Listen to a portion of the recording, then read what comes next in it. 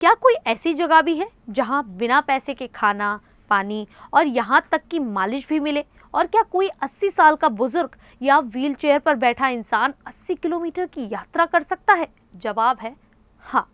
अरबाइन तीर्थ यात्रा में मोकेब नाम के सेवा शिविर हर कुछ किलोमीटर पर लगते हैं, जहां मुफ्त में खाना, चाय, पानी और यहाँ तक कि पैरों की मालिश भी मिलती है।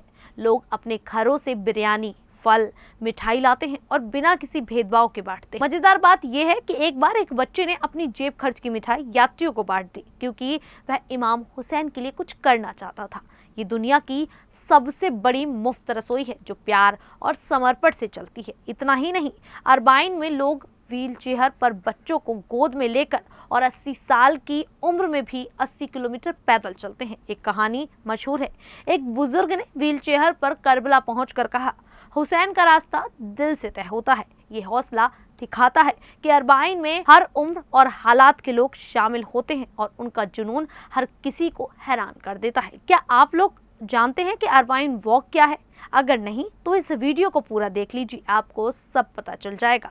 नमस्कार, मेरा नाम है शालिनी और आप देख रहे हैं द न्यूज़ 15। अरबाइन तीर्थ यात्रा, जिसे अरबाइन वॉक या करबला तीर्थ यात्रा भी कहते हैं, एक सालाना धार्मिक यात्रा है जो इराक के करबला शहर में होती है। अरबाइन अरबी भाषा का शब्द है जिसका मतलब है 40। ये यात्रा आशूरा के 40 दिन बाद मनाई जाती है। आशूरा वह दिन है जब पैगंबर मोहम्मद के पोते हुसैन इब्न अली को शहीद किया गया था। ये घटना 680 ईस्वी में हुई थी। हर साल करोड़ों लोग पैदल चलकर करबला पहुंचते हैं, जहां इमाम हुसैन की मजार है। ये यात्रा शोक और श्रद्धा की है, लेकिन साथ ही एकता, न्याय और करुणा का प्रतीक भी है। लोग इसे दुनिया का सबसे बड़ा धार्मिक जमावड़ा कहते हैं, क्योंकि इसमें हज यात्रा से भी ज्यादा लोग हिस्सा लेते हैं। उदाहरण के लिए 2017 में करीब 2.5 करोड़ लोगों ने भाग लिया था और अब ये संख्या और बढ़ गई है। 2024 में आधिकारिक आंकड़ों के मुताबिक लगभग 2.2 करोड़ लोग शामिल हुए। ये यात्रा सिर्फ मुसलमानों तक सीमित नहीं है, इसमें सुन्नी, ईसाई, हिंदू, यहूदी और अन्य धर्मों के लोग भी शामिल होते हैं। ये यात्रा आशूरा के बाद 40 दिनों की शोक अवधि के अंत में होती है। लोग पैदल चलते हैं, गाते हैं, प्रार्थना करते हैं और इमाम हुसैन की शहादत को याद करते हैं। यह एक ऐसा मौका है जहां लोग अपनी रोजमर्रा की जिंदगी भूलकर आध्यात्मिक विकास पर ध्यान देते हैं। अरबाइन की जड़ें इतिहास में बहुत गहरी हैं। सब कुछ शुरू हुआ 880 ईस्वी में करबला की लड़ाई से। इमाम हुसैन, जो पैगंबर मोहम्मद के पोते और तीसरी शिया इमाम थे, उस समय के खलीफा यजीद इब्न मुआविया की बैत यानी कि निष्ठा मांगने में इनकार कर दिया। यजीद को लोग अन्यायी मानते थे और हुसैन ने न्याय के लिए लड़ाई लड़ी। हुसैन को इराक के खुफा शहर के लोगों ने आमंत्रित किया, लेकिन धोखा दिया गया। करबला में युबैद अल्लाह इब्न जियाद की सेना ने हुसैन और उनके 72 साथियों को घेर लिया। 10 मुहर्रम को हुसैन को शहीद कर दिया गया, उनका सिर काटा गया। यह घटना इस्लाम के इतिहास में एक सबसे बड़ा मोड़ है, जो अच्छाई और बुराई की लड़ाई का प्रतीक बन गई। अरबाइन की शुरुआत उसी समय हुई। माना जाता है कि जाबिर इब्न अब्द अल्लाह और अतिया इब्न साद पहले तीर्थयात्री थे जो 61 हिजरी में हुसैन की कब्र पर पहुंचे, लेकिन ये प्रथा मुर्तजा अंसारी के बाद कुछ समय भुला दी गई। फिर मिर्जा हुसैन नूरी तबरसी ने इसे ईद अल अधा में दोबारा शुरू किया, क्योंकि 1319 हिजरी तक हर साल ये यात्रा की गई। सद्दाम हुसैन के समय 1979 से 2003 में इस पर प्रतिबंध था, क्योंकि सद्दाम सुन्नी थे और शिया आयोजनों से डरते थे। लोग गुप्त रूप से जाते थे। 2003 में सद्दाम के तख्तापलट के बाद ये फिर से शुरू हुई और तेजी से बढ़ी। 2003 में सिर्फ 2 मिलियन लोग थे, लेकिन 2008 तक 9 मिलियन लोग हो गए। अरबाइन सिर्फ एक यात्रा नहीं, बल्कि एक बड़ा संदेश है। धार्मिक रूप से यह इमाम हुसैन की शहादत को श्रद्धांजलि है।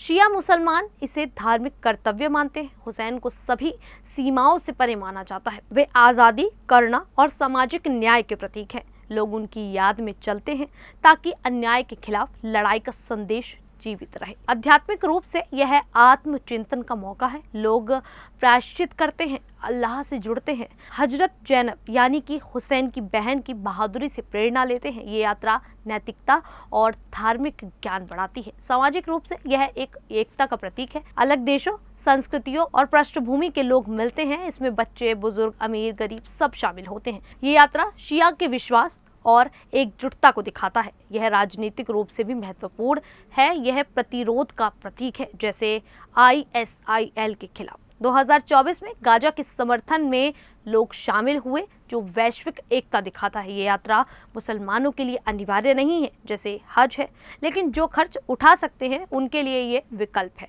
हज महंगा है, सीमित जगह और नियमों से, इसीलिए अरबाइन ज्यादा लोग कर पाते हैं। यात्रा मुख्य रूप से पैदल होती है। सबसे लोकप्रिय रूट नजफ से करबला तक है, करीब 80 किलोमीटर। लोग 1 से 3 दिन में पूरा कर लेते हैं। कुछ बसरा से आते हैं या ईरान के मशहद से। यात्रा मार्च में शुरू होती है, लेकिन मुख्य रूप से सफर माह में है। लोग झंडे लेकर चलते हैं। काला झंडा शोक का प्रतीक है। रास्ते में गाने गाते हैं, कविताएं पढ़ते हैं। कुछ भी व्हील चेयर पर जाते हैं। यह 20 दिनों तक चलती है, जो पूरे इराक के शिया इलाके खाली हो जाते हैं। लोग संगठित ग्रुप में निकलते हैं। हर साल संख्या बढ़ती है। 2014 में 1.9 करोड़, 2015 में 2.2 करोड़, 2018 में 2 करोड़ से ज़्यादा, 2023 में 2.2 करोड़ और 2024 में भी लगभग इतने ही लोग। कुछ स्रोत 3 करोड़ तक भी हैं। इसमें स्थानीय और विदेशी लोग भी शामिल होते हैं।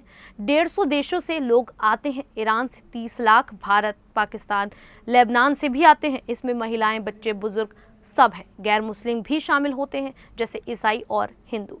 ये दुनिया का दूसरा सबसे बड़ा धार्मिक जमावड़ा है। इससे पहले कुंभ मेला पहले नंबर पर आता है। अरबाइन सालाना का सबसे बड़ा धार्मिक जमावड़ा है। अरबाइन की सबसे खास बात है मेहमान नवाजी। रास्ते में मौकेब यानी कि सेवा शिविर लगते हैं। हर कुछ किलोमीटर पर यहाँ फ्री में भोजन, पानी, चाय, आवास मिलता है। चिकित्सा, मालिश, कपड़े धोना, जूते साफ करना सब फ्री में। 2014 में करबला में 7000 मौकेब थे। छोटे क्लिनिक, दंत चिकित्सक भी होते थे। लोग तंबू लगाते हैं जहां वे रुक सकते हैं, क्योंकि सब कुछ फ्री होता है। ये इमाम हुसैन के प्रति समर्पण है। लोग मानते हैं कि हुसैन ने सब कुर्बान किया, तो उनकी याद में सेवा करना पुण्य है। यह सामुदायिक परंपरा है। लोग साल भर बचत करते हैं, कोई भेदभाव नहीं करते, सभी धर्मों का स्वागत करते हैं।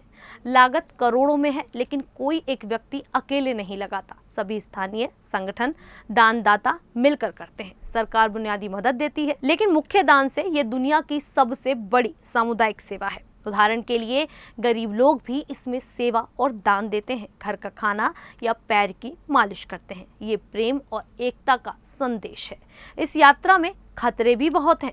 सुन्नी कट्टरपंथी जैसे ISIL हमले करते हैं, कार, बम, रॉकेट फेंकते हैं। 2012 में 44 लोग मारे गए थे। 2013 में 201, 2015 में बगदाद में बम साजिश नाकाम हुई थी। 18 गुड़ियों में बम थे, इसलिए सरकार और सेना की ओर से सुरक्षा कड़ी की जाती है। हजारों इराकी पुलिस, सैनिक, बख्तरबंद वाहन, हेलीकॉप्टर तैनात रहते हैं। ईरानी सलाहकार भी मदद करते हैं। 2024 में कोई बड़ा हमला नहीं हुआ, लेकिन सतर्कता बढ़ती गई। स्वास्थ्य चुनौतियां भी होती हैं, भीड़ से बीमारियां, लेकिन क्लिनिक मदद करते हैं। हज में 30 लाख से कम लोग जाते हैं, लेकिन अरबाइन में 2 से 3 करोड़ लोग पहुंचते हैं। इसमें 2024 में 2.15 करोड़ लोग शामिल हुए। गाजा युद्ध की वजह से दुख भरा था। 2025 में और ज्यादा बढ़ सकती है। ये वैश्विक प्रतिरोध का प्रतीक बन रहा है। अरबाइन न्याय, एकता और सेवा का प्रतीक है। ये दिखाता है कि धार्मिक आस्था कैसे दुनिया बदल सकती है। अगर आप लोग भी इसमें शामिल होना चाहते हैं तो तैयारी कर ले, लेकिन याद रखें ये दिल से की जाती है। कुल मिलाकर ये यात्रा हमें ये सिखाती है कि बलिदान और प्रेम कभी नहीं मरते। खैर, इस पूरी जानकारी को लेकर आप लोगों की क्या राय है और क्या आपको इसके बारे में पता था? तो आप हमें कमेंट करके जरूर बताइएगा। अभी के लिए इतना ही, फिर हाजिर होंगे ऐसी ही देश और दुनिया से जुड़ी बड़ी खबरों के साथ। तब तक के लिए देखते रहिए द न्यूज़ 15।